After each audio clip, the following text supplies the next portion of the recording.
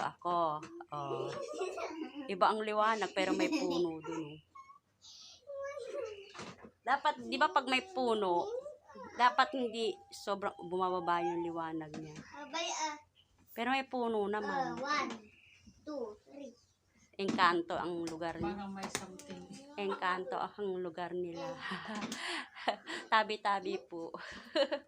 Pero Yan, maganda. sa may sampalok na yan. Hirap yung kawin ng sampalok, yung tinitiran daw ng mga ganyan. Kaya nga ayan nga yung, Nababasa ko yan sa mga ano. ayan nga yung binibidyo ko May puno naman yan.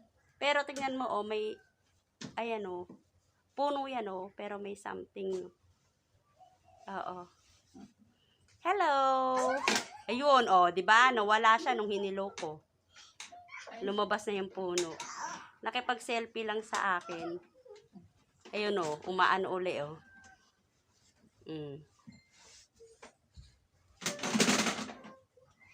Mabait naman ako Yan sampalok na yan. Yung pagbagyo. May nakita ko dyan nakaputi. Mapuputi nga silang lahat Third eye kasi.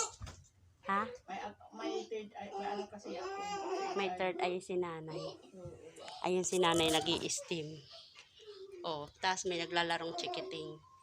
Dito maliit ang medyo madilim ang aura. Ay, maliwanag pala. Kasi kaganyan, medyo malayo, madilim ang aura. Ayun, smile nay. Tingnan po, lumalabas na yung mga pawis niya. Sauna at home muna si mother. Diba?